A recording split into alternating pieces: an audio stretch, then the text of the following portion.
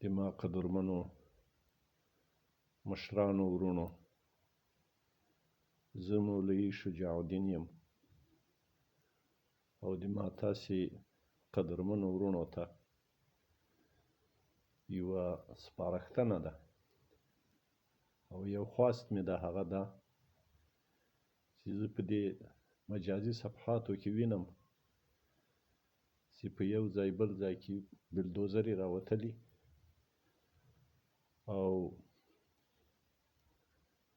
د غاصبینو د کورونو په ړنګولو کې د هغو وړوکي کورونه ړنګېږي، د عام المنفعه او لویو سرکونو او جادو د خلاصولو دپاره. دا صحیح خبره ده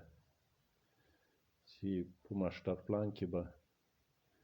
40-50 کاله مخکې دا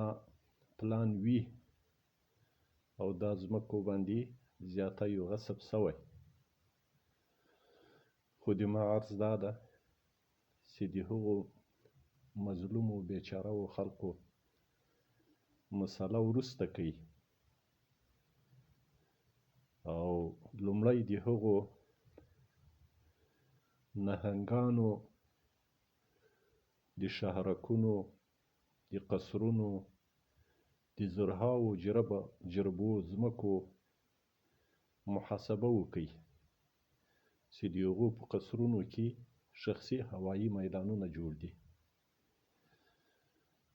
نو دا به بیا د الله عز وجل غضب را باندې راپاروي چې هغو په دې تمه امید باندې چې دا خو مطرح کسان دي او د هغو په قصرونو، په شهرکونو،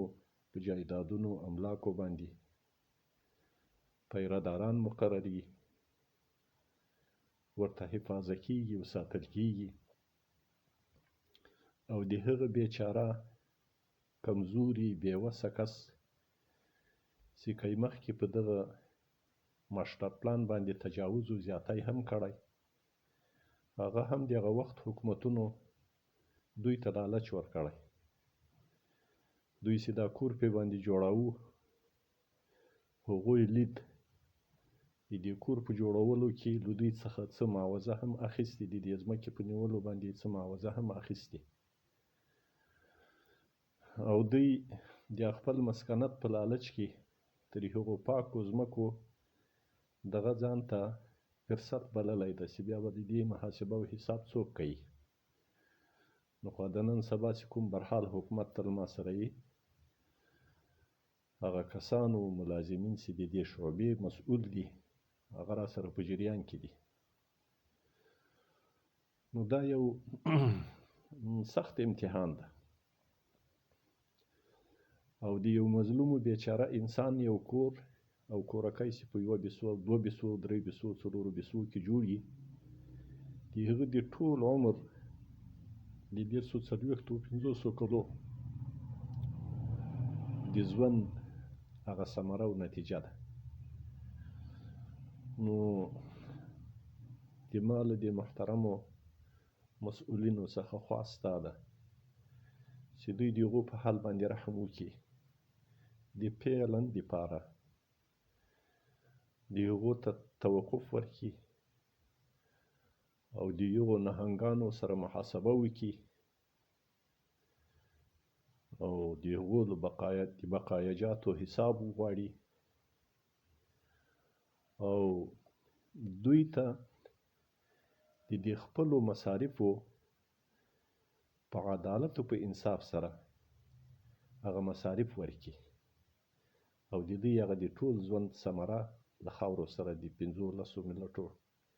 او نیمې ګنټې د بلدوزر په سونډک وهلو باندې له خاورو سره خاورینه کړي.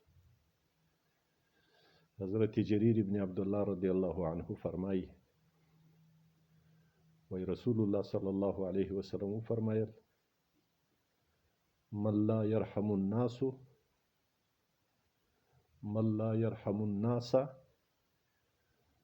لا يرحمه الله. څوک چې په انسانانو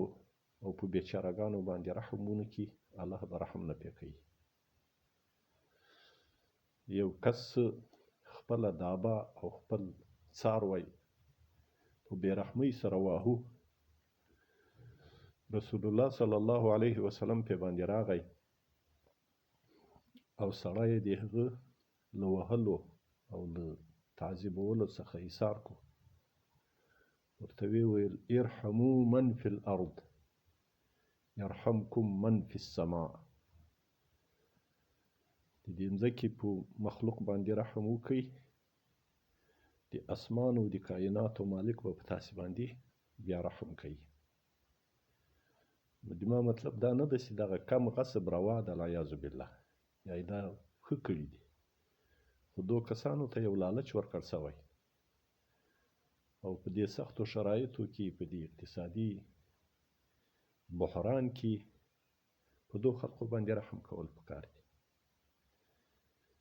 نو الله دې موږ تاسې په سر باندې ولاړ ده او دوی سره ترحم وشي، داسې ترحم چې که هغه کور یې ورانېږي د هغه کور په عدالت سره معاوضه ورکړه شي،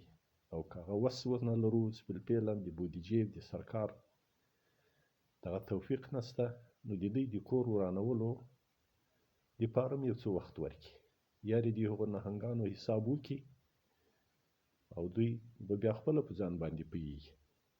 أقول قولي هذا أستغفر الله لي ولجميع المؤمنين